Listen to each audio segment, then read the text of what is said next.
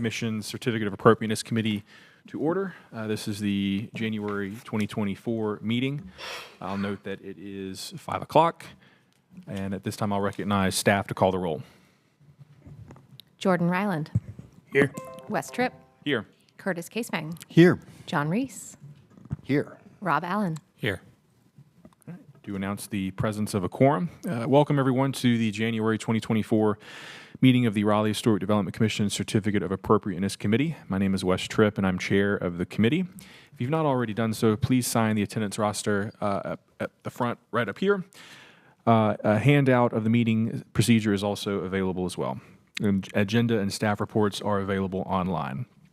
The Certificate of Appropriateness Committee consists of members of the Raleigh Historic Development Commission, which is a city council appointed body that consists of residents of historic districts, architects, intern architects, architectural consultants, and contractors, as well as attorneys and historians, urban planners, and historic preservationists. At this time, I'll recognize my fellow commissioners to introduce themselves and highlight their expertise. I'll start with Mr. Allen and work our way down. Hi, I'm Rob Allen. I'm a resident of the Boylan Heights Historic District, and I work locally with a national architecture firm.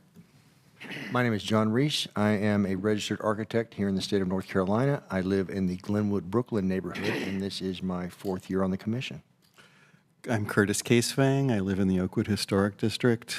I have been on the commission one round for 6 years on the COA committee, off and volunteering on DRAC for 10, and this is my 3rd year back on the commission. I work as an architectural consultant in the design of theaters and concert halls, and that's me. Again, my name is Wes Tripp. I am chair of the committee, and I'm a local attorney.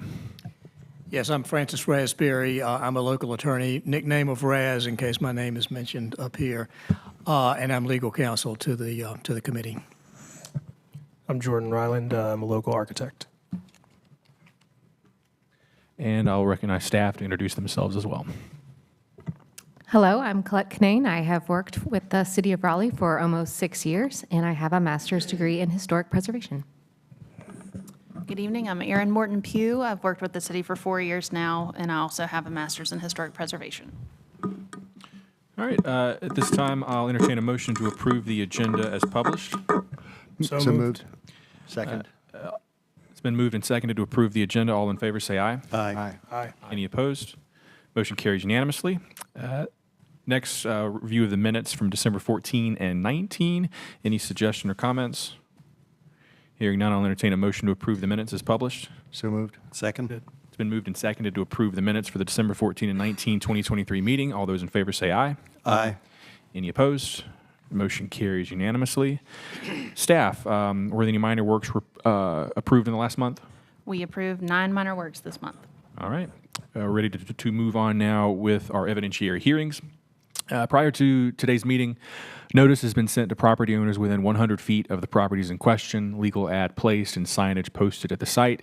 Commission members received a copy of each application, staff reports, and were to have visited each property. Staff reports were made publicly available with the agenda. State law provides that major work applications must be approved in an evidentiary hearing and that persons have an opportunity to address an application if they desire. Evidentiary hearings are conducted in a quasi-judicial format. During the hearing, the committee receives evidence to determine that proposed changes are not incongruous with the special character of the district or the historic property. The committee reviews this evidence against guidelines referenced in the city ordinance before issuing a certificate. Each application is heard in the same way as listed in the meeting procedure handout. The quasi-judicial format of the hearing requires that the committee be impartial. The written staff reports are evidence presented just as any other evidence and were made available to the committee, the applicants, and the public at the same time. If any of us have had reason to discuss the specific details of an application before today, we will ask to be excused from hearing that application. There is no time limit on testimony, but repetition is discouraged. Because of the quasi-judicial format of our hearings, which is the commission hears evidence and then judges whether the change is not incongruous, we are required by state law to affirm or swear persons to speak before the committee and offer evidence. All speakers will be affirmed at the beginning of each case. At this time, I will now swear in staff for their testimony today. Please raise your right hand. You solemnly swear or affirm that the testimony you are about to give on the matters on today's agenda is the truth, the whole truth, and nothing but the truth. I do. I do. Thank you. Okay, first up, COA 143-2023. This is 2212 Bedford Avenue. It's in the Oberlin Village Historic District. Whoever's present to present on this matter, please come forward. With the applicant first, please, ma'am. I'm sorry? Yeah, the applicant, I'm sorry. You'll have an opportunity later. Thank you, ma'am. Applicant goes first.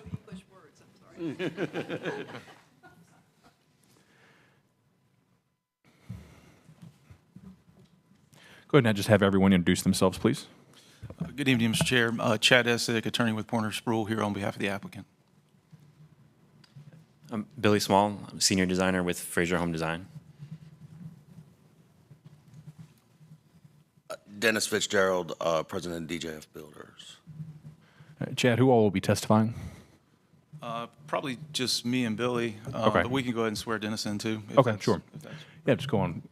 Stand up and just raise your right hand. Do you solemnly swear or affirm the testimony you're about to provide is the truth, the whole truth, and nothing but the truth? I do. All right, thank you.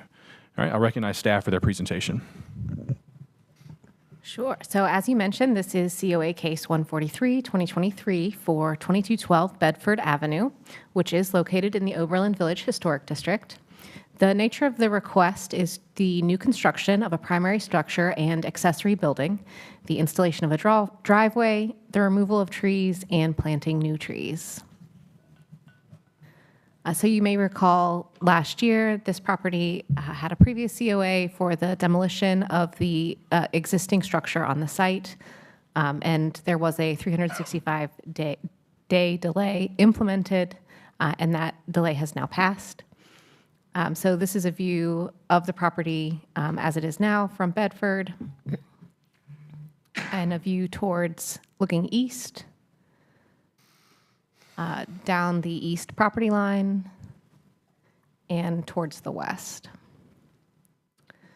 A abbreviated summary of staff concerns as noted in the staff report is a need for supporting evidence for the siting, height, fenestration pattern, the built mass to open space percentage as compared to adjacent contributing properties, the tree removals and replacement trees. There are more removals requested than replacement trees proposed.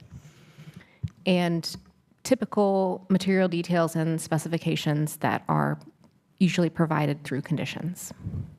The applicant does have a presentation. So unless there are questions for me, we can pass it to them. All right, thank you.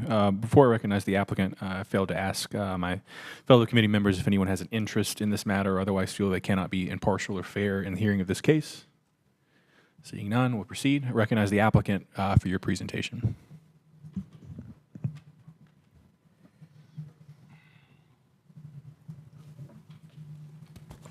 Thank you, Mr. Chair, members of the committee. I have some notebooks that might be helpful, so if I could pass those out as we go through our presentation.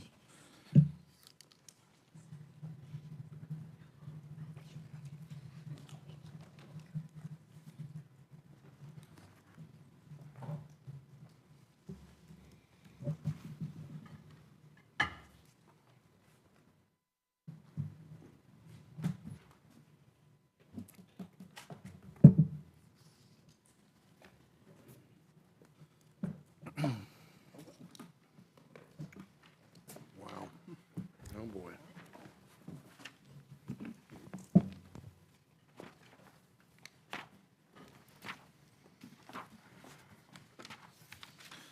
So again, good evening, Mr. Chair, members of the committee. My name is Chad Essick. I'm an attorney with the law firm of Porter Sproul, 301 Fable Street, Suite 1900. Here this evening on behalf of DJF Builders in connection with its request for certificate of appropriateness for the construction of a new single-family residence in the Oberlin Village Historic District. As we introduced earlier, with me here tonight is Dennis Fitzgerald. He's the president of DJF Builders, and along with Billy Small, the senior designer with Fraser Home Design. Again, this property at 2212 Bedford is on a 0.14 acre parcel in the Oberlin Village Historic District. The underlying zoning for the property is R10, which would allow a number of housing types in the R10 district. As the commission may recall, the current structure on site was approved in October of 2022 for demolition with the 365 delay.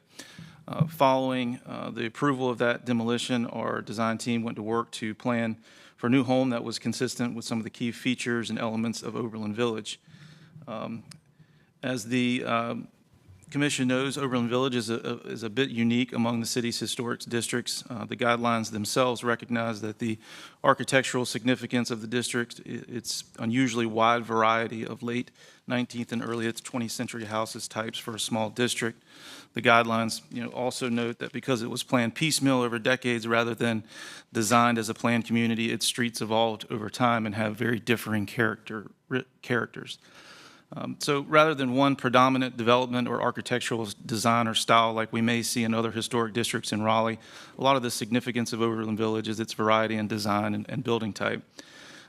As the historic research report for the designation of Oberlin Village also notes, contributing dwellings within the Oberlin Village are 1-story, 1.5-story, and 2-story dwellings. So with those concepts and the specific guidelines in mind, our proposal that's before you tonight is to construct a 2-story single-family home that's proposed and set forth in the application materials. Well, we're happy to address questions and concerns about anything in those materials. Given the amount of information there, we'll focus on some of the areas highlighted in the staff report and then answer any questions that member may have and receive any feedback that we have on our proposal. I plan to talk a little bit about setbacks, building height, built mass, as well as the accessory structure, and then I'm going to have Billy Small, our designer, come talk about more of the finer architectural elements of the application. He's certainly more qualified than me to talk about those aspects of it. So if you have any questions about architectural materials or design, I would ask that you maybe save those questions for him, as he's better to answer those. So first, I thought I'd start with the setbacks. Regarding side setbacks, let me flip to this slide, I believe, is under tab 2 of your notebook. Yes, under tab 2 of your notebook. Regarding the side setbacks, the east wall of the home is proposed to be sited approximately 6 feet from the east property line, which, as staff notes in the report, is visually similar to the side setbacks for adjacent homes. The west wall of the house is proposed to be sited 16 feet from the west property line. We thought this orientation made the most sense given how the neighboring structures are located on their respective lots and how close, as you can see, the 700 Tower Street property to the west is to the property, especially towards the rear of the property. As noted in the staff report, many of the structures on Bedford Avenue appear slightly oriented to one side of the property with side setbacks ranging from 0 to 20 feet. So we believe our proposal is consistent with this, and we believe places the home near the center of lot with the appropriate spacing between the two existing structures on both sides. With respect to the front setbacks, as staff noted in their report under UDO section 5.4.1.E1, it says, quote, the minimum and maximum setbacks within the HODG shall be congruous with the setbacks of any typical well-related nearby building and structure within 1.5 blocks and in the overlay district. Under this particular section, the setback range is evaluated by well-related nearby buildings. As we've pointed out in the application materials, 2215 Bedford, which is across the street, which is within the district and is a well-related nearby building within 1.5 blocks, is built right up on the property line with essentially a 0-foot front setback. Obviously, in our view, that sets the low end of the setback range, and our 12.5-foot setback is within the range, and it exceeds the minimum 10-foot setback that's required in the underlying R10 zoning. Beyond the property at 2215 Bedford, the proposed setback is in line with setbacks in the district, as we've pointed out in some of the data that we've provided. As we note in our data sheet, 2 other contributing homes in the district we've identified at 2206 and 2210 Van Dyke Avenue, which have similar setbacks at 12.5 feet. I will note, although if you look across the street on this map, the two properties beside 2215 are not in the district. They were carved out for whatever reason, but they are on the block face of Bedford Avenue. Those properties are set back at 3 feet from the street and 15 and a half feet respectively. So ultimately, with respect to setbacks, we believe we're congruous based on the range calculated in the UDO and utilizing related properties as well as other homes found in the historic district, as well as other homes on Bedford Avenue. With respect to height, as also noted, UDO section 541F1 provides that building and structure shall be congruous with the height of typical well-related nearby buildings. Well-related nearby buildings, of course, is not limited to adjacent buildings. As we point out in the application, we believe the proposed height of roughly 27 and a half feet serves as an appropriate transition between the taller two-story home that's to the west. So if you look at 700 Tower Street, that structure is 30 feet 3 inches, and the one-story structure to the home that, to the east, that's approximately around 21 feet. Although the home to the west is non-contributing, transitioning the height from the west to east clearly, in our opinion, adds to the congruity analysis, particularly given the variety is a hallmark of the district. Regarding guidelines 3.37 specifically notes that the height of new buildings should generally fall within 10% of well-related nearby buildings. As noted in the staff report, we provided an example from 2312 Bedford, which is a two-story home at 25 feet, which is approximately 2.5 feet shorter than the proposed structures. So that would be within that 10% range identified in guideline 3.37. And of course, in addition, some other examples provided in the application, 2303 Van Dyke is at 25 feet and 1015 Oberlin is at 27 feet, demonstrating that the proposed height is congruous with other buildings and homes within the Oberlin district as well, and is in line with the guidance in the historic research report noting that two-story dwellings are present in the district and appropriate. With respect to built mass and built area, I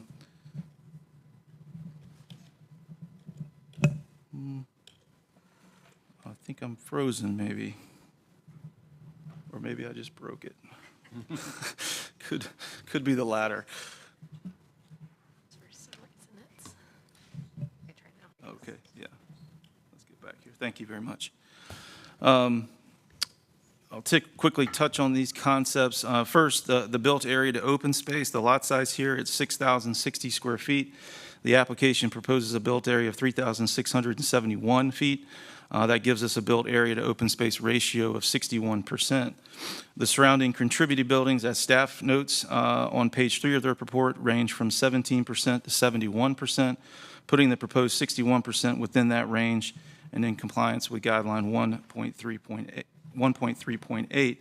I would note that the built area to open space for the property immediately to the east of us at 2210 Bedford is on the high end at 71%, and the built area to open space for the non-contributing building at 700 Tower Street to the west is 62%, so our 61% is below both of those. Built mass to open,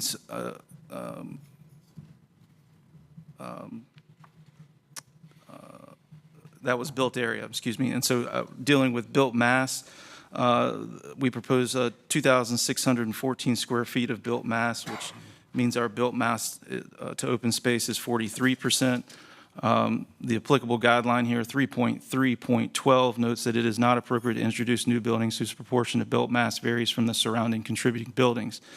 Those surrounding contributing buildings, as the staff report notes, range from 16% to 45%. The proposed built mass to open space is within the surrounding range and is less than the two properties on either side of us, with 2210 Bedford being at 45% and 700 Tower Street being at 44%. Therefore, it's our position that the built mass complies with guideline 3.3.12. The next item I'll talk about is the accessory structure that we have proposed at the rear of this site.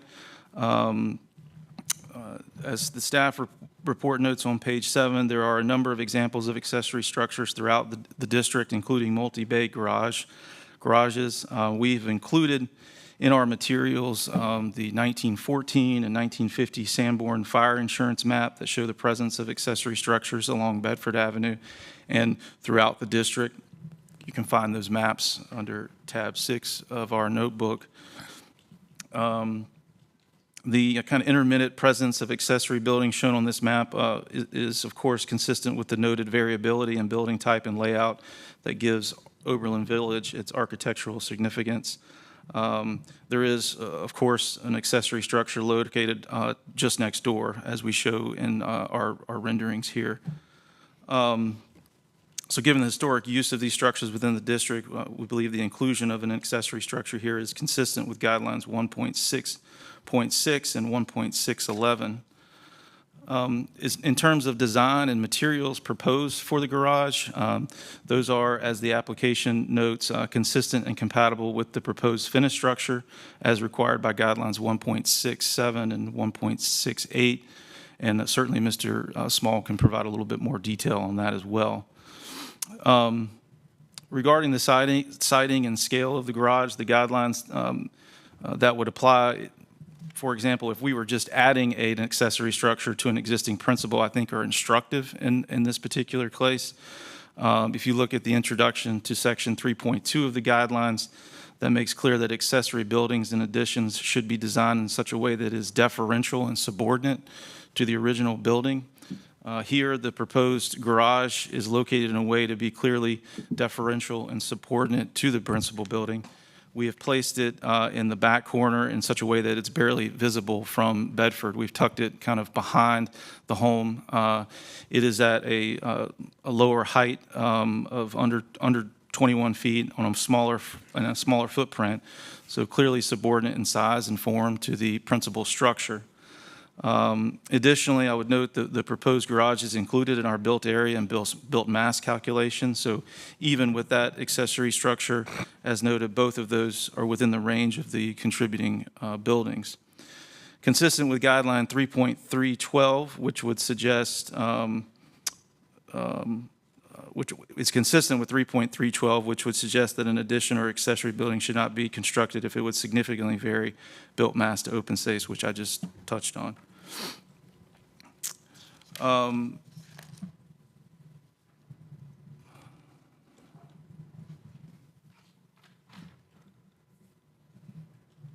think maybe at this time, let me turn it over to, unless there's any questions from members of the committee at this point or comments, I was going to turn it over to Mr. Small to kind of go through some of the architectural features of the home and some of the other pieces of the project. Go ahead and continue with the presentation, and if there are questions that you can answer, we'll get to that later. Okay. Thank you, Mr. Chair.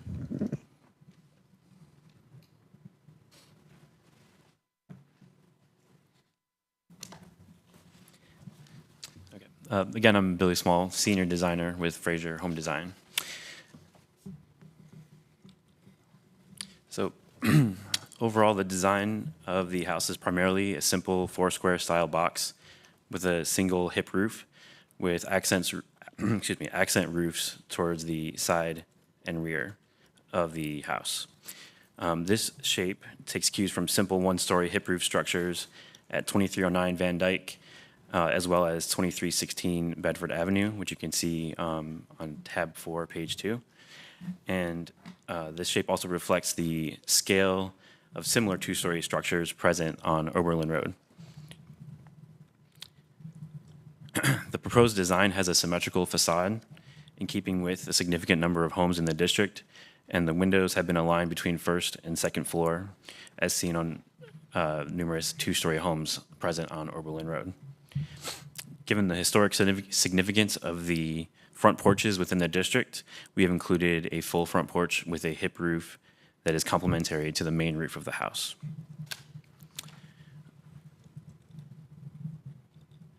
In terms of windows, The house has a combination of multi-unit windows along with single windows in keeping with the more traditional windows seen throughout the district. This slide shows examples of multi-unit windows that occur throughout the neighborhood on various streets, Roberts Street, Chamberlain, and Bedford Avenue. The most recent staff report noted that a precedent for the 4-unit window, which we had on the previous submittal at the staircase, there was no precedent for that, so we've updated this design with that twin window in the center of the wall there to be more in keeping with precedent. We've chosen painted fiber cement shake siding for the primary exterior material, with similar examples on 2309 Van Dyke, 2215 Bedford, and 1002 Oberlin. And while shake siding is present in the neighborhood more commonly as an accent material, using it as a primary material makes it more discernible from neighboring homes. We've also noted in the most recent application that all exterior trim and siding boards should be installed with the smooth side facing out rather than synthetic wood grain.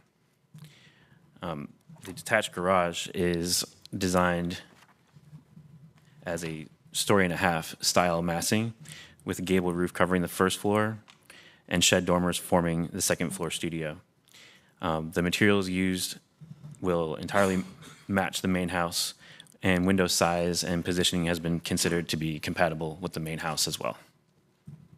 So I'll turn it back to Chad.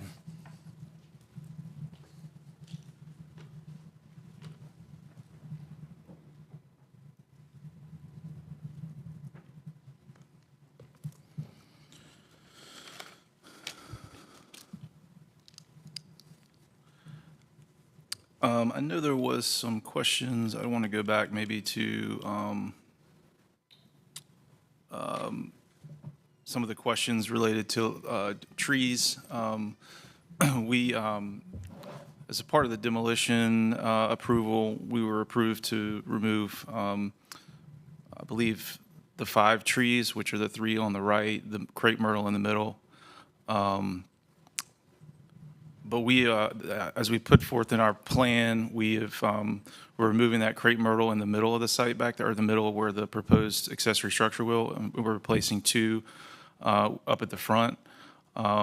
As far as the 3 on the side, we have not identified other landscaping. I noticed that staff had put in as a condition of approval that we submit a landscaping plan and that it be approved. We have no objection to that condition. Or actually, we don't have an objection to any of the conditions that were proposed to be part of an approval. So I think we can further refine that and address that as far as replacement trees and location. Of course, welcome any input or comments from the committee on that. But I think we had just identified where we were going to put the crepe myrtles up the front. But understanding that additional landscaping would be needed. So, at this point, kind of ran through a lot of the application. We believe that we've demonstrated a kind of a prima facie case as to congruity with the historic district as a whole as to these standards. And so, I would welcome questions or feedback. And again, happy to answer any questions. Would ask that the notebooks and the PowerPoints and all the materials that we've submitted be made part of the record. As well as our complete application. So, thank you, Chad. We'll proceed next to see if anyone wants to speak in support and then opposition, and then we'll have time for questions. Great, thank you. All right. Are there any members of the public who wish to speak in support of the application? Are there any members of the public who wish to speak in opposition to the case?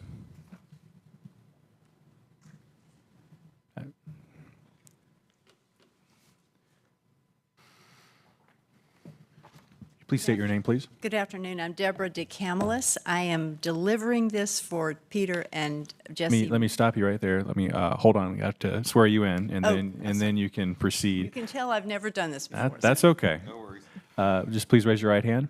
Do you solemnly swear or affirm the testimony you're about to provide is the truth, the whole truth, and nothing but the truth? To the best of my knowledge, I'm delivering something for my neighbors. So yes, I agree with it, and I've read everything through there, so yes. Thank you. Yeah. All right, you may proceed. Yes, hi, I wanted to, do you want to pass these out? Oh, gotcha, okay.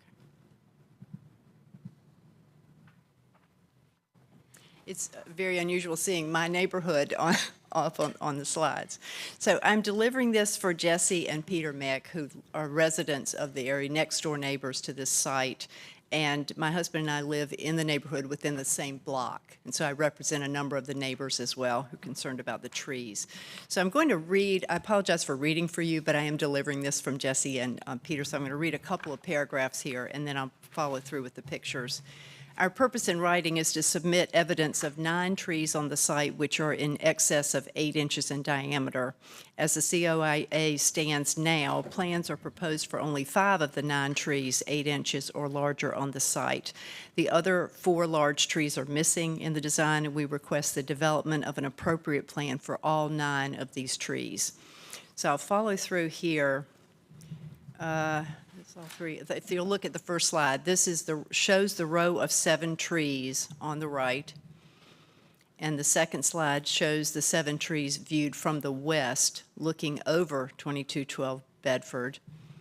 And then the third photo there shows 7 trees, the same 7 trees viewed from the east, looking over 2210 Bedford, the blue home there.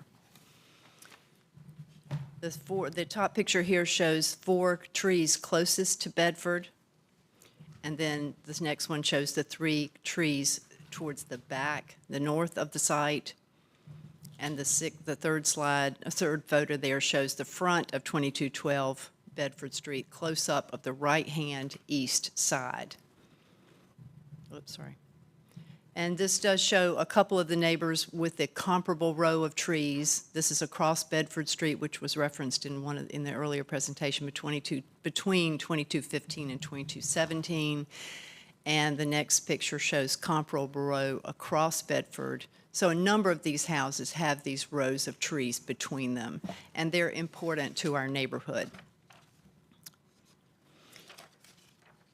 So this is the plot plan. The red circles here are trees that are not shown on the proposed site. And I think that's the end. Hold on. So the main thing here is just, Jessie notes in her letter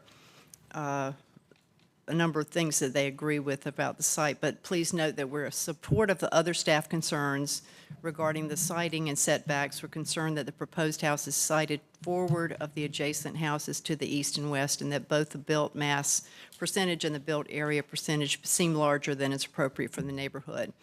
But the basic concern here is to provide evidence in support of the concern about the tree plan. So you each have copies of Jessie's presentation and their letter, and I would just like to submit this for your consideration. Thank you. Thank you for your time. Can I ask her a question? Hold on, just. It's your choice. Okay, you defer chances. Ma'am, if you'd come up, please. Go ahead, John. Okay. Did they by chance tell you how old these trees are? They are over 8. Let me see if I have this in the letter. I'll look real quickly.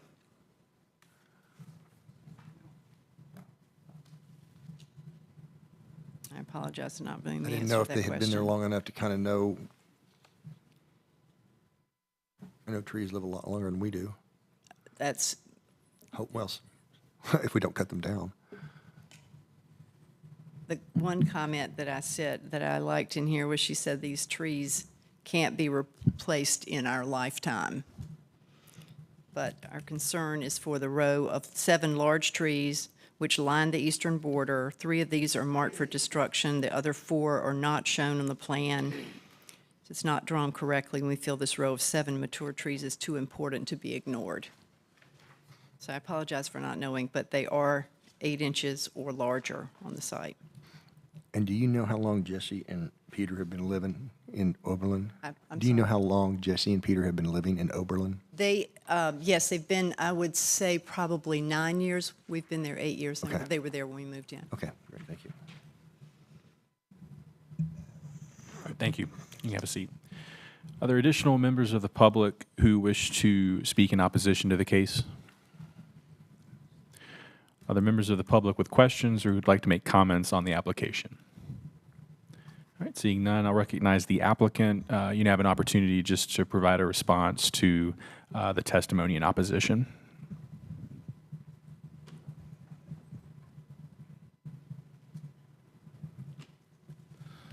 I would just note that, as a part of the demolition COA process, we had an actual tree survey done, and there were only 3 trees that were identified on the eastern property line that were on our property. There may be property trees that are on the eastern, the property to the east, but there's only 3 trees that have been identified along that eastern property line that are on our property.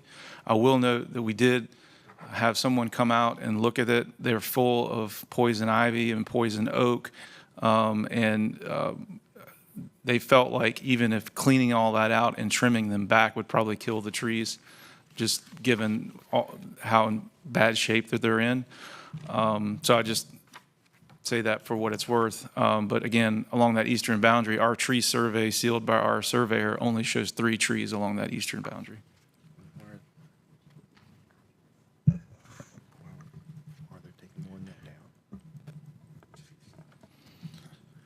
If Hold on. We'll just save that for questions, which, is that all you have for rebuttal? Yeah. Okay. All right. We'll move now to commissioner questions. Oh, those are the 3 trees that you're taking down are the ones that you consider to be on your site? Correct.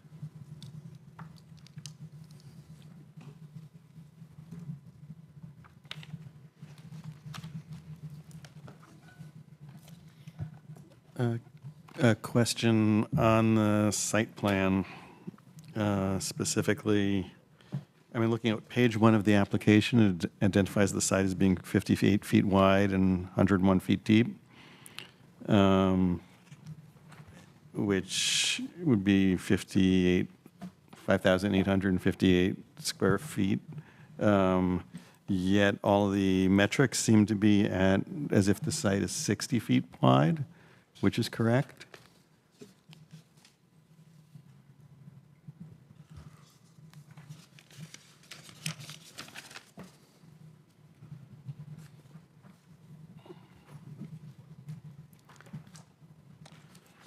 I didn't see a survey in the application where I could get a licensed professional's read on it, which is why I'm asking.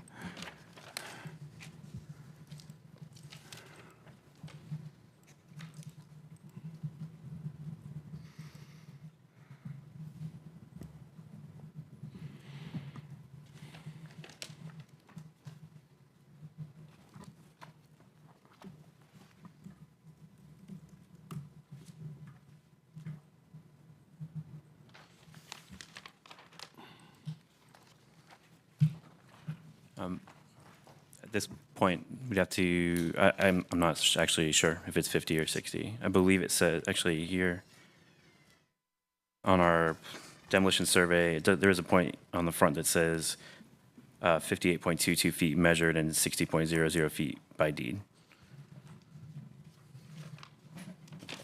So 58, so was that 58 or 60? I'm sorry, it says 58.22 feet measured and Yep. 60 feet by deed.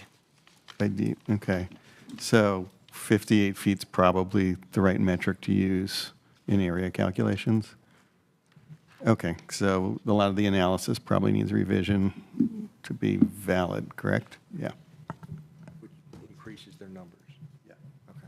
So I just want to make sure that it's a very good point, because that further increases the issues that staff has brought forward.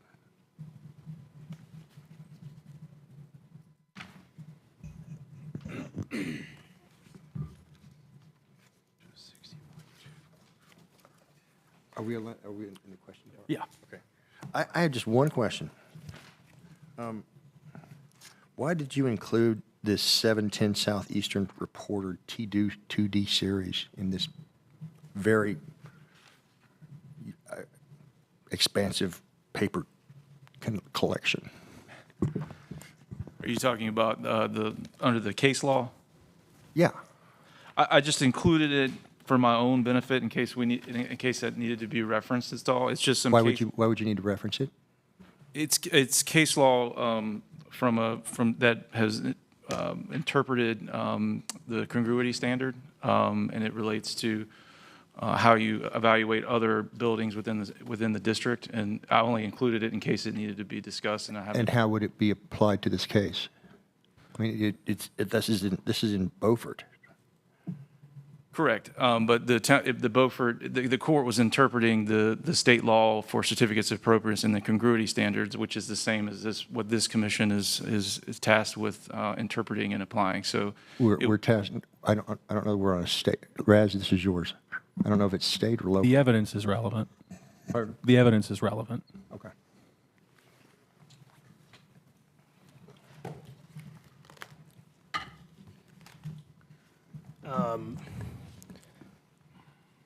It looks like the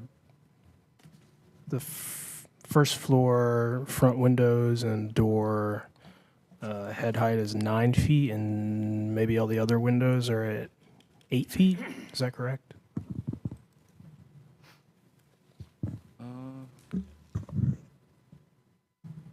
Yeah, yes, that's correct. Any comments on that? I mean, it's a big door. Or I guess, would you be amenable to aligning the head heights across the entire first floor? You said, would we be amenable to aligning them? Probably, yes. Front porch depth, I don't see it dimensioned on the drawings, but trying to dimension using Revit tells me it's around 4 feet deep.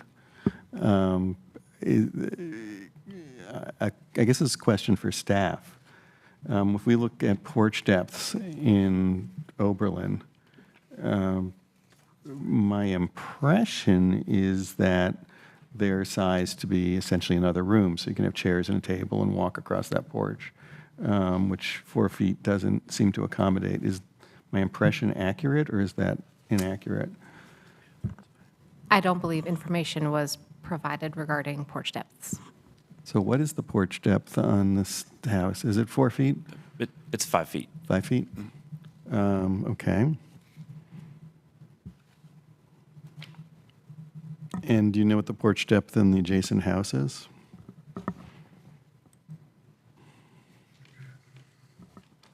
I have not measured it, but on a visual inspection, it looks like maybe 6 or 7 feet deep. Okay, thank you.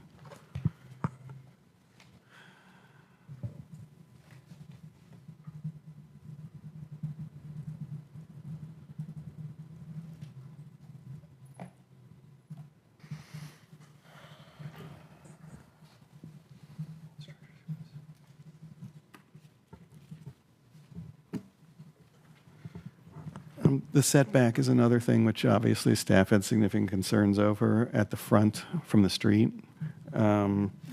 Typically, we see the building walls, the street walls functionally align with adjacent structures. This one is set well forward of the adjacent structure, according to your information.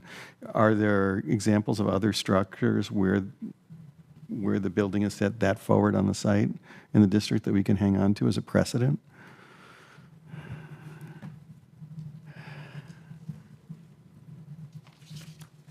Again, I think for purposes of setbacks, we were kind of looking at the guidance in the UDO and how it defines where you set the minimum and maximum under 541E1 that talks about the minimum and maximum being congruous with setbacks of any well-related nearby buildings.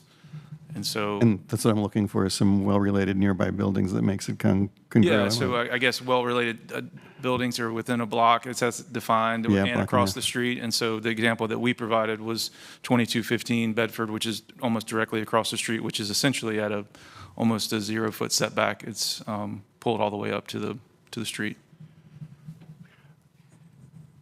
Just that one?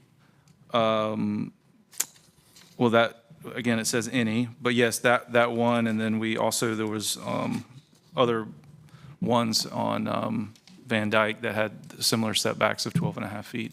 And just correction, it doesn't say any, it says well-related nearby buildings. Yeah. Any allows you to pick one, well-related nearby buildings. We're looking for a preponderance of evidence, so, multiples if possible. So it's visiting the neighborhood and looking at the evidence. It seems like what you're proposing is very atypical, which is why I'm trying to get to the other side of it. Well, and I'd like to ask a follow-up question, and you can put your notebooks away in terms of research, except for on the numbers. Do you know why in neighborhoods like this, the porches lined up and aligned with each other? Oh, I could make an assumption. Tell me what you think. I assume likely so that neighbors could Exactly. communicate. Yep. Because that's what Oberlin Village was about, was being able to communicate with the neighbors next door. Very important. And so we're not going to find that in a number somewhere or a maximum UDO, but it's what built this place.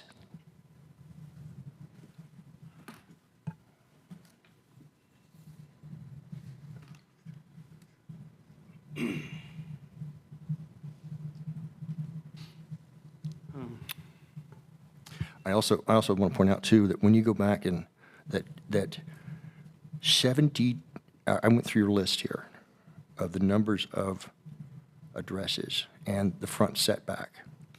72% of the properties that you list have a greater setback than yours. Only 28%. On the building mass, 58% have a less building mass than you show. Now, all of that's going to increase even more when that 60 feet goes down to 58. In addition, the built area is currently at 78%. You're at 22 across the board. That's going to go up even more when that 58 is going, when that 60 goes to 58. I just want to point that out. I appreciate that. I think our goal is to try and demonstrate that the percentages that we have are within the range, within the district, and within the ones It's that the we neighborhood, not next door. I understand. Further questions from the committee? Yeah, I just got one, Chad. I think for the designer. So there's clearly some neighbor concerns about the trees along the east property line. The property is more or less rectangular. Did you look at any alternatives where basically you mirrored almost the same site plan, but just had the driveway along the east side where the curb cut is today? Maybe to set the house further away from the east property line. You might say it's technically infeasible to preserve the trees, but thought I would at least ask that as a question. Yeah, I think, if we flipped the driveway to the right-hand side, you might have relatively similar challenges in terms of the driveway being over the critical root zone. And also the property at 700 Tower is, portions of it are on the property line with no setback. So given that we have a 5-foot side setback, I don't know that we would want to go to the minimum in that case. But certainly a consideration. Okay. I would like to add, just for clarification, that the 4 trees were approved to be removed as part of the earlier ones. That's Thanks. not really a question. Okay, thank you. I think, I'm sorry, I think he said, as far as putting the driveway on the west side of the house, given the property to the non-contributing structure to the west, I mean, it's right on the property line, and so trying to get the structure further away from that, we felt like the driveway was better on that side. I would also point out just, the existing home that was previously there did not have a porch of any greater size than we're proposing, and it was set further back. So it didn't align, the porches didn't align previously between the two structures. So just a point to make. And the building you're replacing was a one-story building, correct? Correct. Pardon? Yeah. Correct. Looking at, the other thing I'm trying to dig through is the height as congruous with the other structures in the district. On page 20 of your application, 3.7, you call out about being congruous with the well-related nearby buildings. 2312 Bedford and 2303 Van Dyke are both on sloped lots when I was visiting, so that are sloping away from the street, so the apparent height of the building is lower. And 1015 Oberlin is part of a cluster of buildings on Oberlin Road within the district that are all two-story buildings, and I'm not finding any buildings off of Oberlin Road other than these two, which are on sloping sites away from the street, that support what you're asking to do in terms of height here. Every other application example here I see is 1 or 1.5 story building, if it's a contributing structure, that is.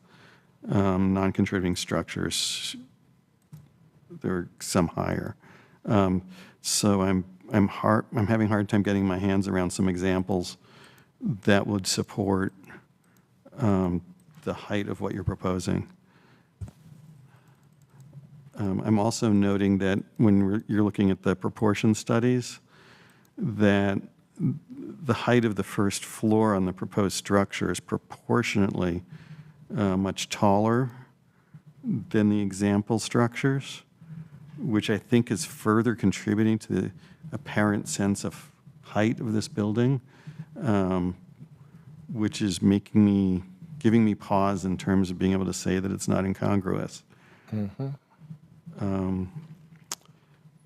And I think Jordan's question with regard to the height of the doors and the windows on the front of the building is probably pushing you further in that direction, making it feel taller than the adjacent structures. Like on that page 23 of your app, where we're looking at 2210 Bedford, 700 Tower, and 2212 Bedford. 2210 Bedford has a very horizontal aspect. And if you look at the first floor porch, it's even more so.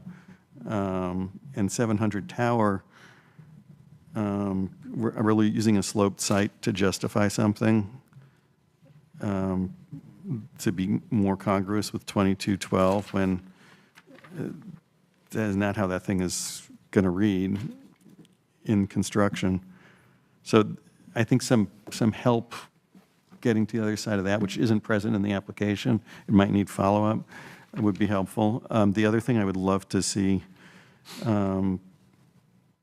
is some further justification for the roof form, which in the case of what you're proposing is very flat, and where a lot of the other structures, even the structures that are over on Oberlin Road, when we're looking at them, we're looking at dormers within roof lines, which help push down the apparent height of the structure because of what you read in that proportion of the street wall.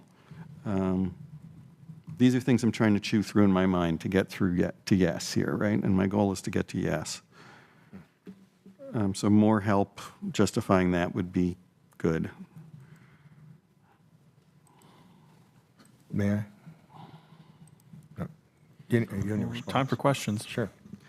I want to read to you what, and this is great, this, because I had not gone into this. There are two pieces of paper in the stack of stuff that you've given me that is new, that's different from what we see on the screen. And so this is such a waste. But this is great, and I'd like for you to respond to it, because it's from what made this district the district. The district preserves numerous landscape features of a typical rural African-American village. Narrow streets with no sidewalks and a variety of lot sizes and shapes due to the piecemeal subdivision of the original sizable 1 to 2 acre homestead lots of the late 1800s. Small shotguns, tri-gable houses, and bungalows with small front yards are set close to the street. The final phase of historic dwellings was constructed in the 2 decades after the World War II. Young black professionals built these Tudor revival minimal traditional ranch and split-level style houses, primary brick set close to the street. The district is heavily wooded with mature hardwood shade trees, pecan trees, shrubbery, flower beds, and yard areas that perpetuate this historic landscape. How do you fit in?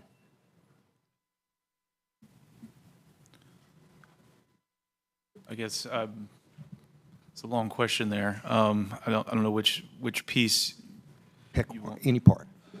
Well, I think that again, we feel like we've gone through the guidelines and tried to. I'm not asking about the guidelines. I'm asking about this, which is part of it. Yeah, and I'm happy to kind of on the spot. I'm happy to review that and come back and maybe give you a little bit fuller answer. I appreciate that.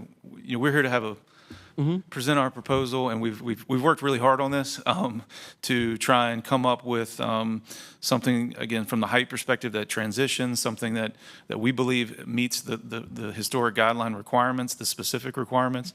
If there are concerns of the committee, and I'm taking notes up here of items that we can look at and maybe come back and try and address the best we can.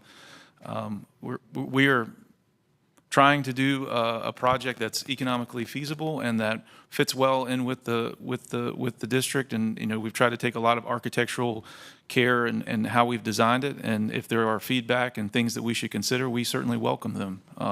So thank you. And be aware what we're trying. I'm sorry, Jordan.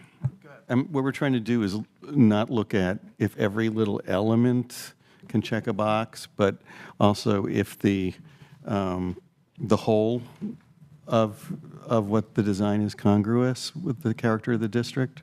And one error a lot of people make in applications is they'll go and find one example of this element of what they've done and one example of that element of what they've done, which is helpful, but it also needs to have examples of how the whole is congruous.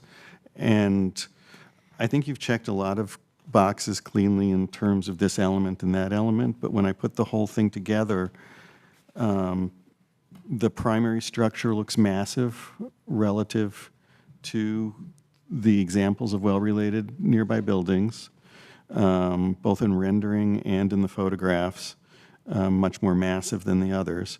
And part of it is it's very square form, so it's a huge, it feels like a big box with a large overhang on the roofs. And part of it is just truly the scale of the building itself. And that is true of the outbuilding too. In the Sanborn maps, we see a lot of small sheds, maybe one-car garages. The examples in here, most of them are one-story structures, and you're proposing a 2-car garage that's 2 stories with full-sided dormers, which makes it feel more massive. So all of it is sort of accumulating to make the project feel incongruous because it is too big relative to all of the examples, and that's what I'm running into. And there's not a question in that, other than maybe some guidance to, if we defer this, to come back with some better support for the design that way. I would love to be able. I know if I say what I want to say, I'm going to be cut off. But what I would love to tell You you. don't have to say it. Well, what I want to say is, Remind the committee we're in question. Questions. Yeah, I know. And if we've done quite a bit of discussion from, well, and the table the question already. came from, the question comes up in terms of why I cannot support this at all. And it is for the reasons that I have brought forward in terms of, yes, it checks all the boxes. And I think you made a very good point when you said, and I think you hit at where you are really coming from, economically feasible. It has to be this big to make it work, to make a lot of money for what you're doing. And that's not what this context is about. Mm-hmm.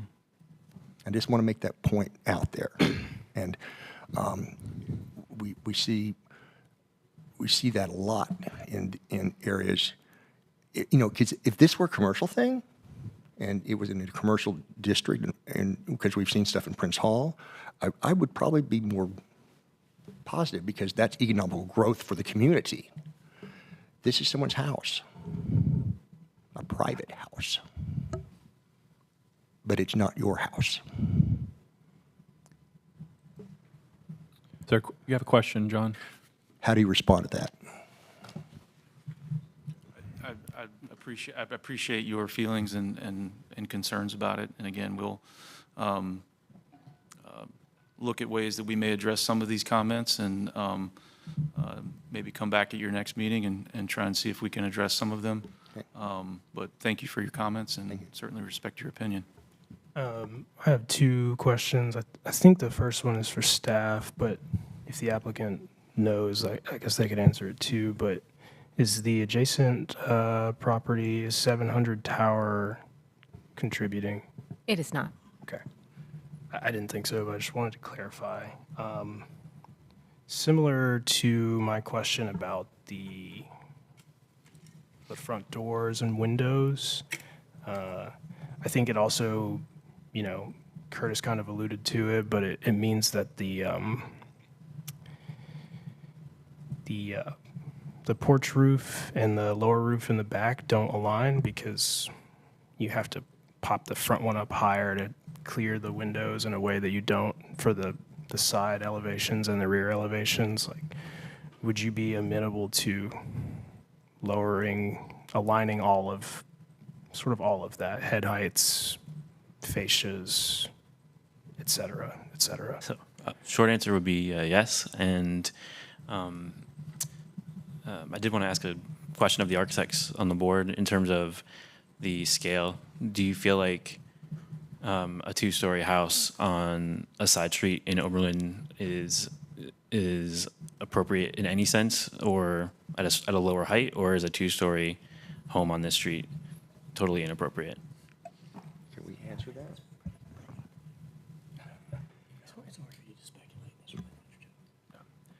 that? Given the quasi-judicial nature of the hearing, answering questions from the applicant is not appropriate.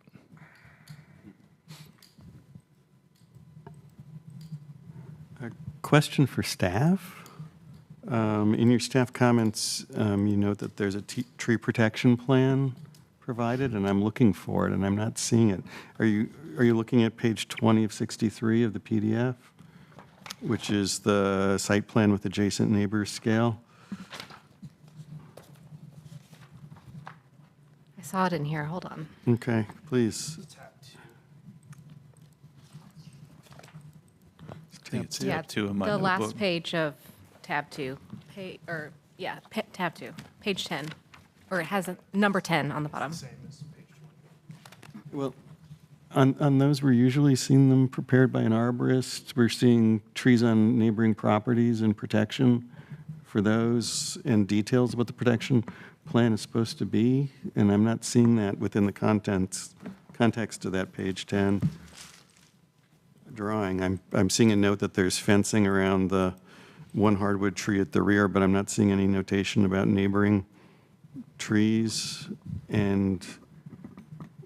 or anything else. And generally, I thought we were looking for a little more meat that way, aren't we?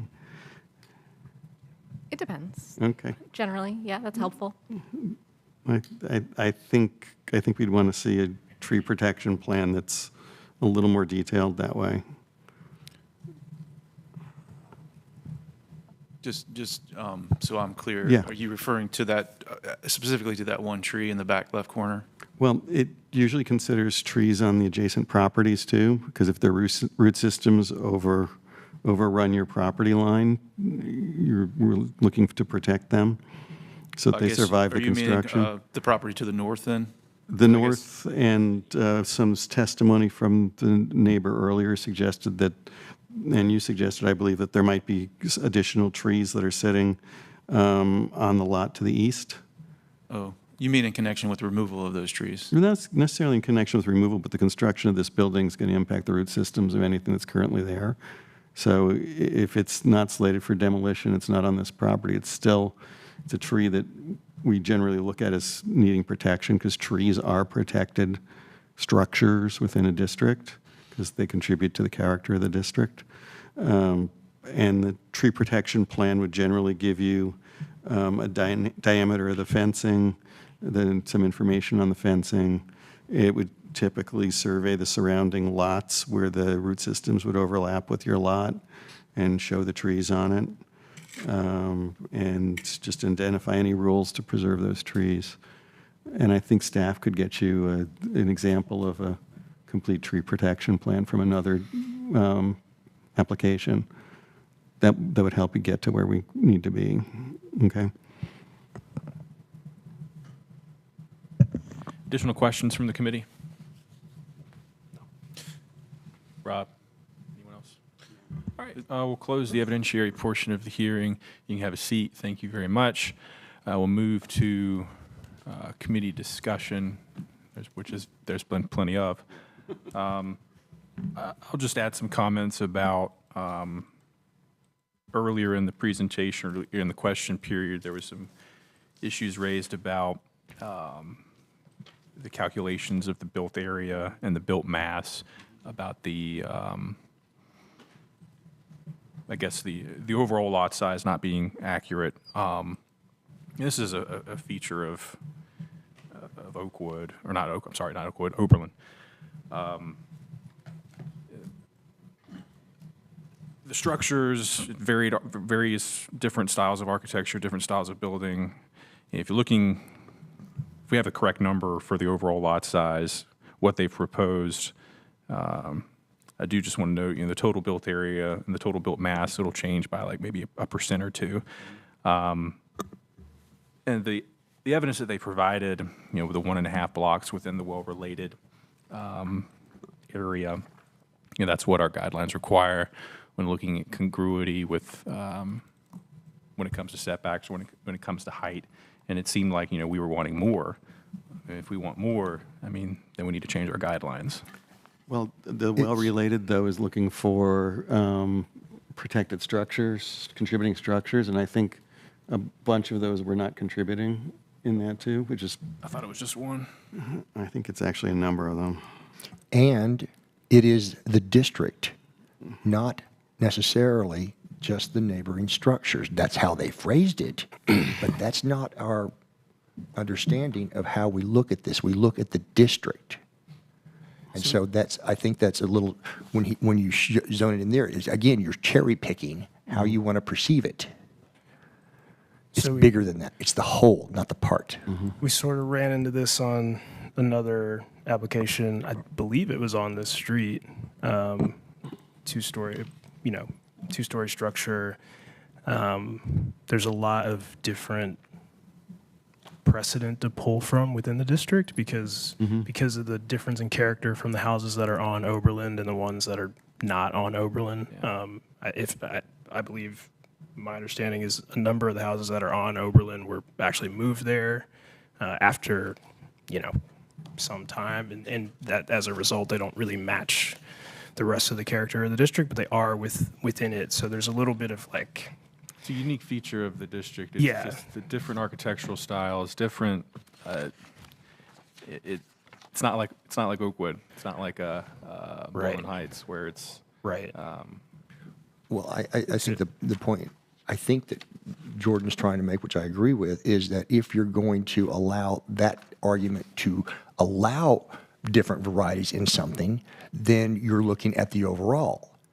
So therefore, why are you cherry picking this one part to fit what you want to do? If you're if we're going to follow that rule, let's follow that rule across the board. So yeah, I think I was going to reference the other one in that what I remember about that is it did pull a lot of different elements from different houses within the district, right? It had dormer window, it had weird, it had a bunch of stuff, and we don't have to really get into that. But I think just on the congruity analysis of this, if it's difficult to get there for the reasons that John and Curtis have kind of laid out.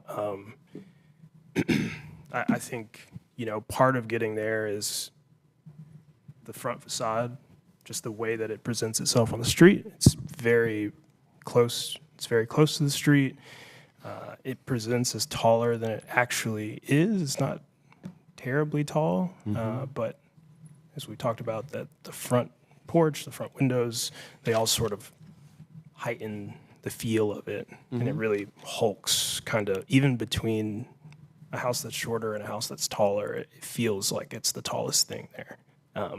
That's just the direct context. I think actually the wider you get, the less congruous it gets. I think this view that's on the screen right now is probably about as congruous as you could hope for in the 1.5 blocks that are around.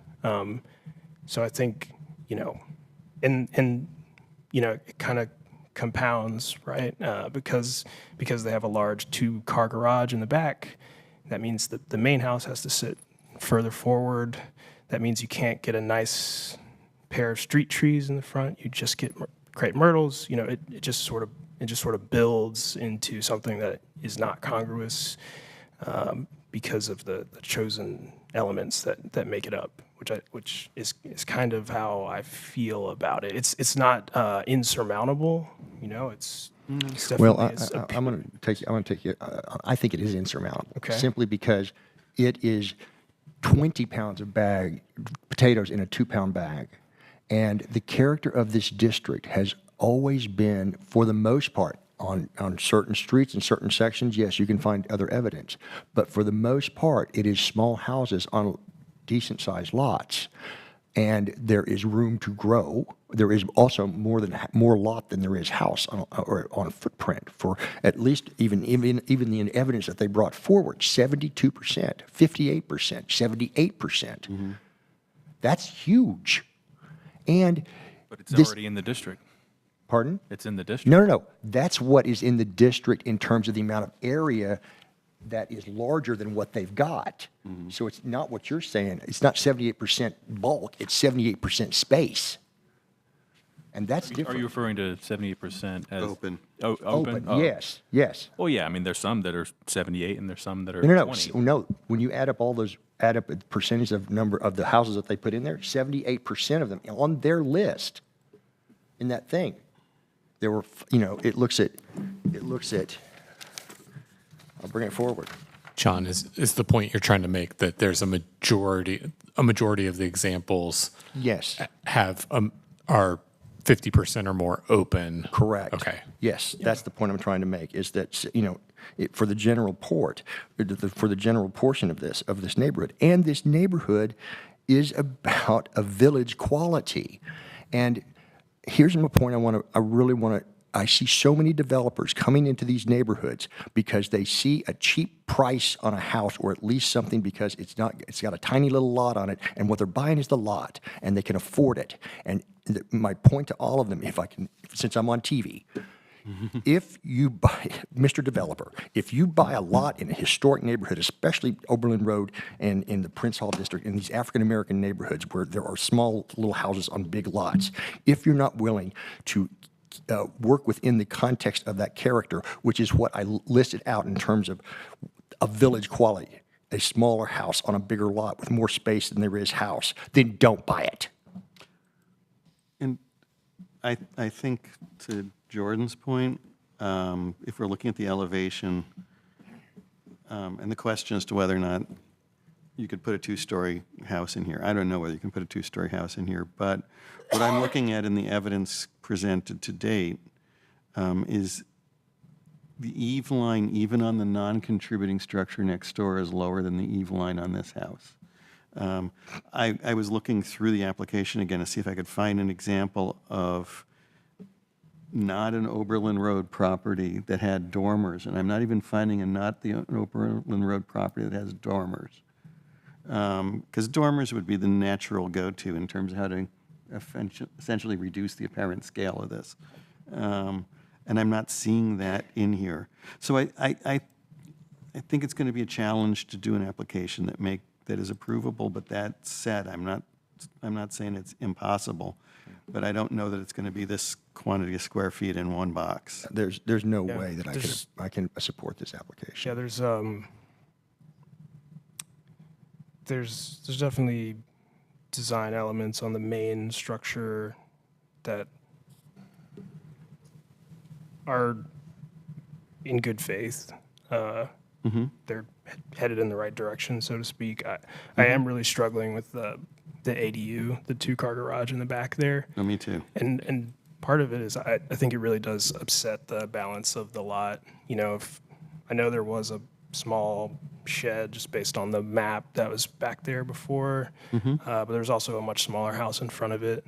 I think in my mind, if you just take the structure, the primary structure they've proposed and push it back to where that two-story garage is, this feels less overbearing on the street. I agree with you, Jordan. I think the struggle we're having is, like, I'm sympathetic to Wes's comment about the percentages not changing much if it's recalculated. It's more that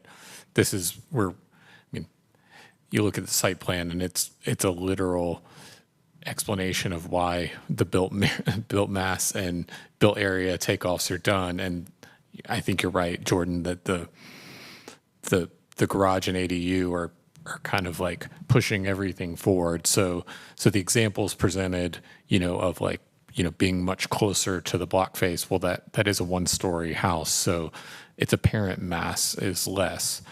I would argue, there's probably some other features that are, I think you all have touched on them, that are really from, more applicable to like one-story houses. Things like the window configuration on the rear is like, the examples of that are one story, where like the front elevation I do think is pretty classic and faithful, but what we end up with is like a kind of apologetic front porch depth that's barely usable, and it's still very close. So I think, if we were trying to be helpful, I don't think personally that it's insurmountable. Respectfully, might differ with some of my colleagues here, but I think looking at the site plan, if I just pull a line like connecting the fronts of the adjacent houses, I think if it was slid back enough so that it wasn't closer to the street than, say, the house to the right of it in this image, I would be more agreeable. But I think something that's going to suffer square footage wise to do that, and that's now we're helping design it, which I know we're not here to do. So, but I think that would help me just seeing the house slid back, where the porch was more similar and it's set back to the house to the right of it. For any design in this neighborhood, I don't know that it is a good idea for any property for it to be a prospective moneymaker, because the character of this district is based on smaller and more landscaped lots that are modest. And when we begin, if I were to, and why I cannot support it is that I don't know if it's possible to get to where it needs to be, because it's not going to be economically feasible. I mean, you've already spent a lot of marketing material and killed as many trees as you're taking down, just giving us this stuff. And the hours that you spent on lawyering the situation to try to, convince us to make this a typical suburban neighborhood now, when it is not a typical suburban neighborhood, is never going to fly with me, ever. And I mean, I think throwing the economics out of the situation, because we can't. I know, consider but them. that's, I just want to be honest in terms of where you're going to come back and say, if you get to say it has to be economically feasible, I get to say, I don't care. Well, and what I was going to say is we're not even allowed to consider the economic feasibility Yeah. according to the law. Yeah, because that's not this neighborhood. Go to but- a different neighborhood.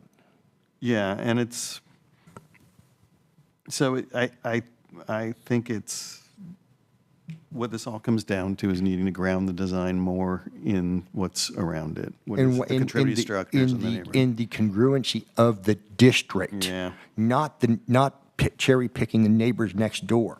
Yeah. And I know I get passionate about this. I know I get, I sound like I just want to bite your head off. I don't. I want to. We have lost so much of Raleigh.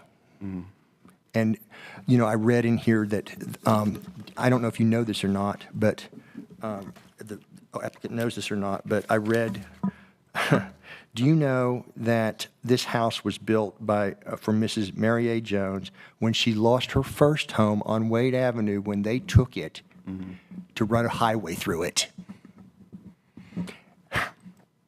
And now you're taking her lot and you're stuffing it to the gills. That's what I see. The other thing that, in terms of congruity and fenestration, I'm looking at here is the side elevations where the front windows are pulled way forward to the front corner of the house. That's a little detail, and that's neither here nor there in the end, but it's one thing that, again, doesn't help its case. Interestingly, towards the back of the house, the windows are set back in a more typical fashion, but towards the front, they're pushed way forward. And I'm sure that's about livability in the interior, and I appreciate that. But I think we've beaten this horse to death at this point. I just can't. I'm putting my foot down on all of this from now on because it's killing this district. It is. It's destroying it. It's just destroying it. So, Mr. Chair, I'm wondering if we should offer the applicant the opportunity to defer the application to the next hearing, which I think they've already said they're open to do, but let's confirm that. Yes, Mr. Chair, we'd be willing to defer this to the next meeting, and in the meantime, digest the comments that we received. Thank you for them, and thank you for providing them to us, and we'll take those back and talk with the owner and see what aspects we can work on and what ones may not be able to, but That's thank great. you for your feedback. Yeah, and Thank you. please don't bring any more of these notebooks or paper to me. You can give them to them. I don't want any more because it's more waste. Any new material is required to be brought in gotcha, paper across the form. board? Okay, all right. Well, then I suggest, can we do it electronically maybe next time? No, Oh, it has to be paper. Oh, gosh, okay. It can be both. It cannot be just electronic. Really? And that's how we're handling any unanticipated design changes that you could only see one Well, slide but- at a time yeah. while trying to Well, what's hold interesting the is that hearing. nothing in here was already in our electronic. It wasn't new. This is a great topic for committee discussion Okay. off the record. Okay. Yeah. So, based on that, Mr. Chair, I move that we defer this application to a future meeting. Application time for the next meeting is when? I would suggest moving it to the March meeting. To March. And that date is March 28th, I believe. Okay. Yes. Is March 28th acceptable? Does that provide you enough time to? So the March 28th meeting has a deadline of materials by, I believe it will be March 1st, but that's something we'll work out. yeah, so the deadline for the next meeting is like February It will be 1. Monday? Would be Monday, yeah. So pretty fair to suggest you probably can't get the revisions by Monday, yes? So I move that we defer this application to the March meeting. Motion's been made and seconded to defer the application to the March meeting. All those in favor say aye, Aye. Aye. and I'll vote no, just for the record. Well, I'll join you on that. For the opposite reason. Yeah, for the opposite reason. All right, so the motion carries. Application is deferred until the March meeting. Thank you very much for the time and effort you've put into the application. This time, we'll take a 10-minute recess.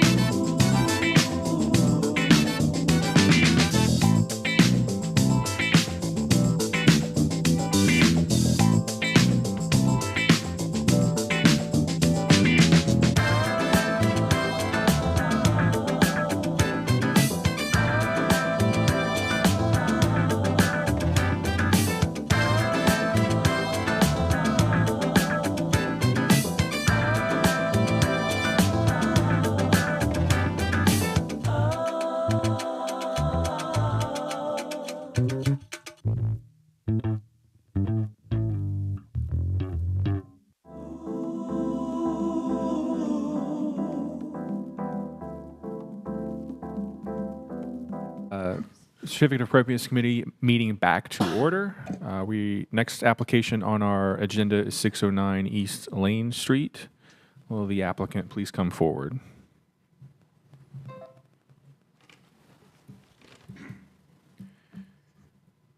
Please introduce yourself when you are ready. I'm Ashley Morris, and I'm the architect. All right. And I'm Susan Perry. I'm one of my husband and I are the homeowners. Good evening. Ms. Perry, will you be testifying any? Not unless you have questions for me. Okay, well, let's go ahead and swear you in just to be safe. Go ahead and raise your right hand. Do you solemnly swear or affirm that the testimony you're about to provide is the truth, the whole truth, and nothing but the truth? I do. Thank you. Before we proceed, are there any committee members who believe they have a conflict in hearing this case? Seeing none, we'll proceed, and staff, you're recognized for your presentation. All right, this is case COA 156-2023 for 609 East Lane Street in the Oakwood Historic District. The request is to remove a non-historic front stoop and construct a front porch, alter the existing side porch, and construct a rear addition. You can see from the mapping image here that this is a corner property, so that side porch is street-facing, just for a little context, and it's across the street. I believe that's a commercial property, but the setback across the street is referenced as a part of the staff report as well for front setbacks. This is 609 from East Lane Street. You can see the front stoop there and the corner view. Just moving around the side of the house now from Linden Avenue and the relationship to the adjacent structure on Linden. A view of that side porch and current rear elevation, existing steps and non-historic railing. The rear facade and views looking both ways on the west facade of the house. The right image here, there is a window proposed to be inserted into that field of siding. And staff concerns were providing manufacturer's door specifications and section details, as well as other typical feature specifications. The applicant, you're now recognized for your presentation. We're fine with working with the staff with the specifications needed, and here to answer any questions that you have. Hold on just a second. Thank you for that. Are there any members of the public who wish to speak in support of the application? Anyone who wishes to speak in opposition? I would like to speak in support of. Oh, okay. So please state your name. Greg Hayden. Okay. Please raise your right hand. Do you solemnly swear or affirm the testimony you're about to provide is the truth, the whole truth, and nothing but the truth? I do. Thank you. You may proceed.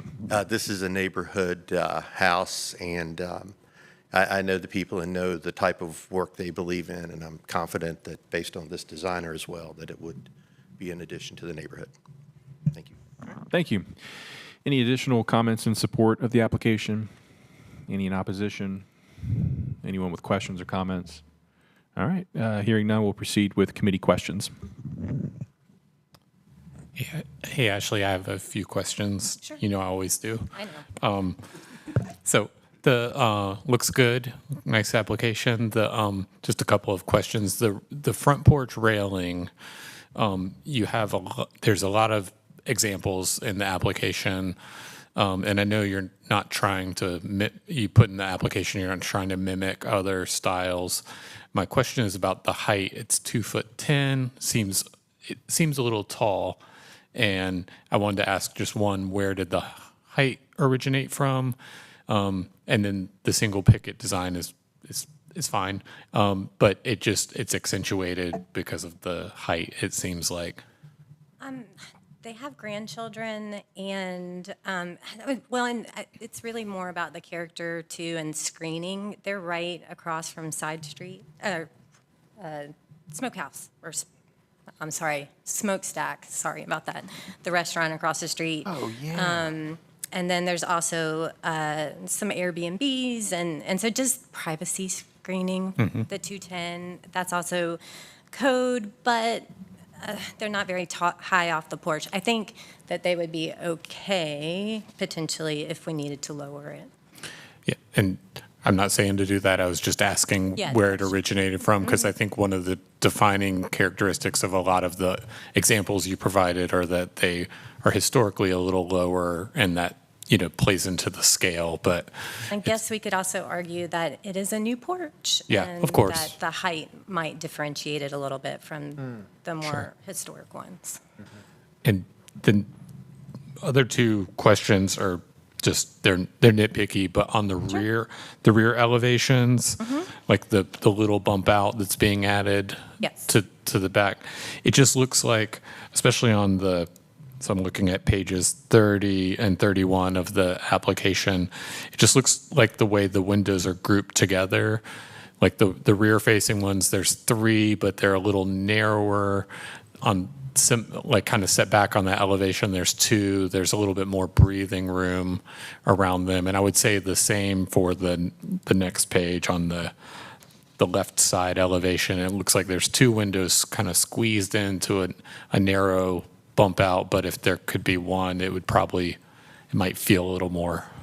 And we kind of went back and forth on that. The homeowners were hoping that it would be more of a sunroom-esque, but they didn't want to add too big of a room on the back and wanted to maximize the light coming in.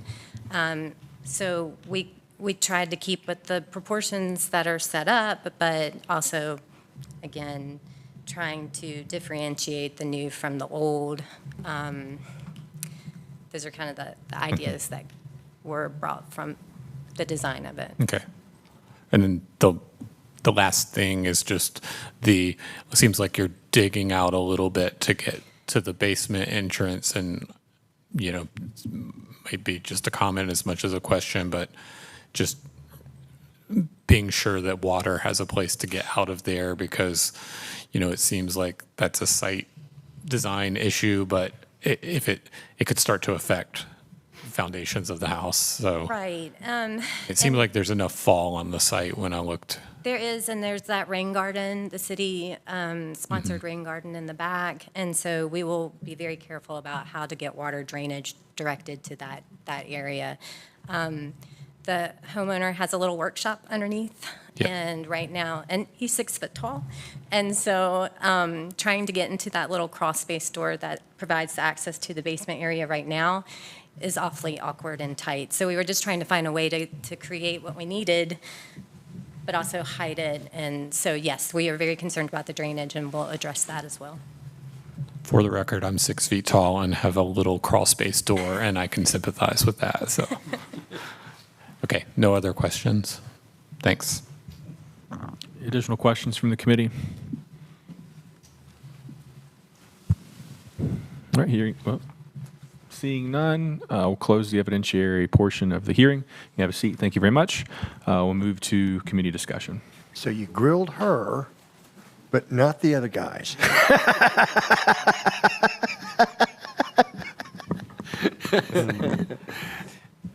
Any other? I find this a very easy yes, because we're basically restoring a porch back to where there was one, and the evidence shows that. It's an 8-foot deep porch, which is deep enough for it to function as a porch. And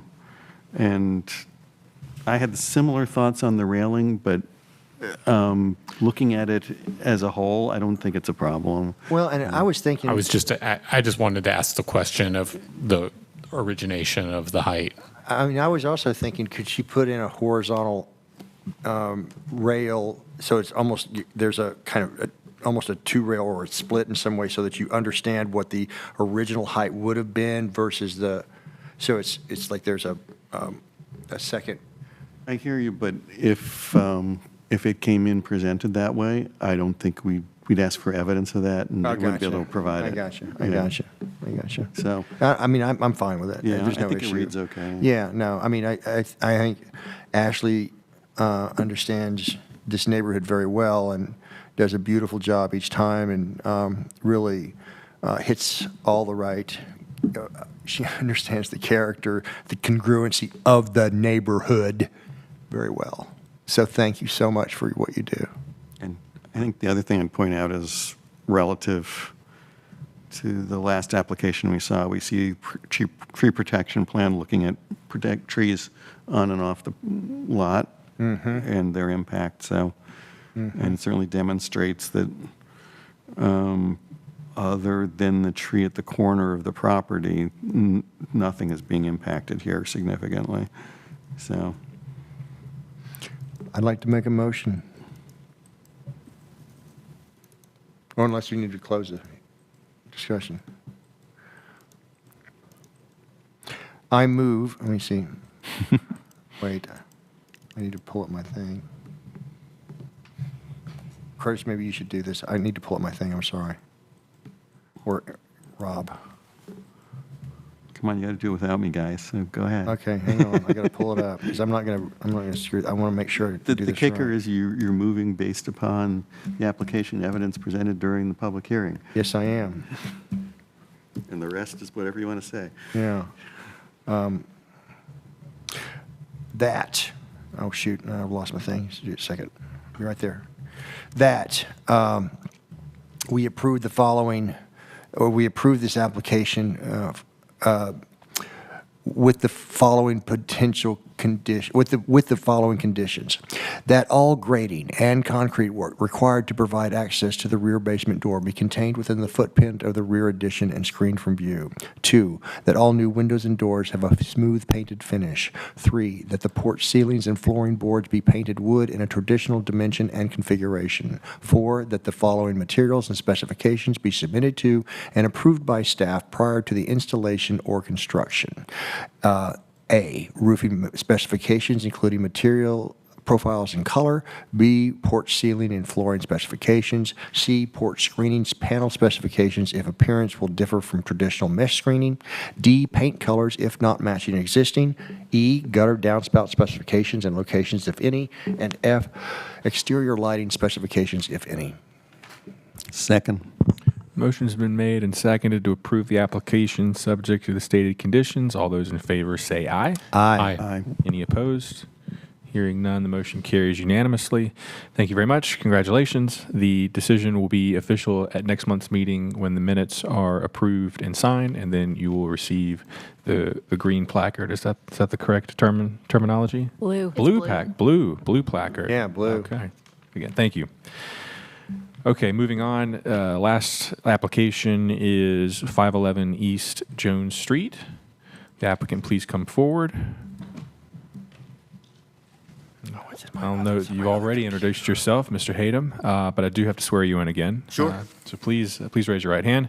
You solemnly swear or affirm that the testimony you're about to provide is the truth, the whole truth, and nothing but the truth? I do. All right. Are there any members of the committee who believe they have a conflict in this matter? Mr. Chair, the applicant has not contacted me about the case, but I consider the applicant a friend. I've done worked on the subject property and read through the application. I think it could be unbiased, but I also feel that my past history with the applicant could appear as a conflict. So based on the information in the application, I think I should probably recuse myself, and you all are capable of making an equitable decision. Okay. So, all right. Do we need a motion for his recusal, Raz? To permit being excused from hearing this case. I move that Commissioner, gosh, I blanked on your last name. Commissioner Allen. Commissioner Allen be recused from this matter. Seconded. All those in favor say aye. Aye. Any opposed? Hearing none, motion carries unanimously. Mr. Allen, you can feel free to stick around, but you can have a seat and just observe. Next, we'll proceed with staff presentation. Sure. This is case COA 158, 2023 for 511 East Jones Street. It is in the Oakwood Historic District, and it is also a Raleigh historic landmark, the Hequin House. The nature of the request is to construct a rear yard swimming pool and spa, remove a rear yard fence, construct a 48-inch rear yard fence, and install a patio. This is a view of the house at the end of the sidewalk at 511 East Jones. And this is a view from the street looking back towards the west side of the house, in the far beyond in the backyard where the proposed pool is to be located. This is the east facade, walking down the driveway. Towards the end of the driveway, looking across the rear yard from the east. Again, looking through across the rear yard. Very helpfully, there was a chalk line in the rear yard showing the proposed location of the pool, which you can kind of see here in white. And again, looking to the northwest at the area. This is a view of the west side yard. If you'll notice, there are two different rows of fencing that separate the proposed area from the street. And again, looking from the sidewalk back towards the street at that proposed location. There were no staff concerns. Rarely see that. All right, Mr. Hayden, you're recognized for your presentation. If you'd like to make any comments. I just want to thank staff for all their help in helping us design and think through this. And of course, I'd like to thank y'all as well. I have been in that seat before, and I know how challenging and enjoyable it can be. So I just want to say thank you. All right, thank you. Taking note that there's no one else in the gallery, I'll safely assume there's no support or opposition or questions, and we will move to commissioner questions if there are any. Yeah, just one. The guidelines are pretty specific about pools and other contemporary equipment, incompatible site features about them being screened. Are you contending that the pool is screened by sort of the side porch and the trees in front of it, or is there a fence that I'm not seeing? We are, and you know, almost by definition from the building code, we had to raise the height of the fences around it, around the perimeter, to make sure that it was safe, no one could jump over. So that creates an even larger visual screening. Okay. So the fences in the picture are now higher, or They are higher. They are higher than what I'm looking at? They will be. They will be be, higher than what yes. I'm looking at. Okay. Additional questions? All right, seeing none, we'll close the evidentiary hearing and move to committee discussion. When I started looking at the application initially, the Teco block and the pavers were things that gave me pause. But seeing that it's fully screened from anybody anywhere around, I don't see any reason why that's any obstacle to finding congruity, or otherwise I think it's a no-brainer. Well, my thought was, how can you find congruity for a pool? Or not congruity, but, you know. Well, we can certainly find a lack of incongruity because we're not looking for congruity in that way. Yeah, right, yeah. And I guess on this side, it's congruous because it's a modern element being introduced into a historic property that would not have existed back then, but still is in keeping with the landscape, because I guess the closest thing we could get to is a fountain. Yeah. You know, it's just a big one, you know, or a bigger one. So, but I think it's lovely, and I really appreciate your owning this property and doing this and maintaining it the way you have. Lovely. You're a good man. Make a motion? I'd be happy to. Either you one. want to do it? Go ahead. Based on the information presented in this hearing and in this presentation, I move that we approve this application with no conditions other than based on the congruity analysis staff concerned in previous similar applications, the following conditions are suggested for consideration. Oh, wait, my bad.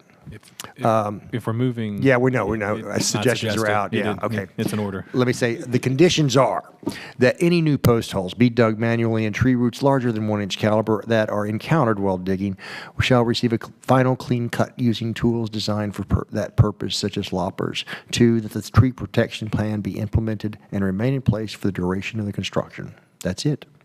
Is there a second? Seconded. All those in favor say aye. Aye. Any opposed?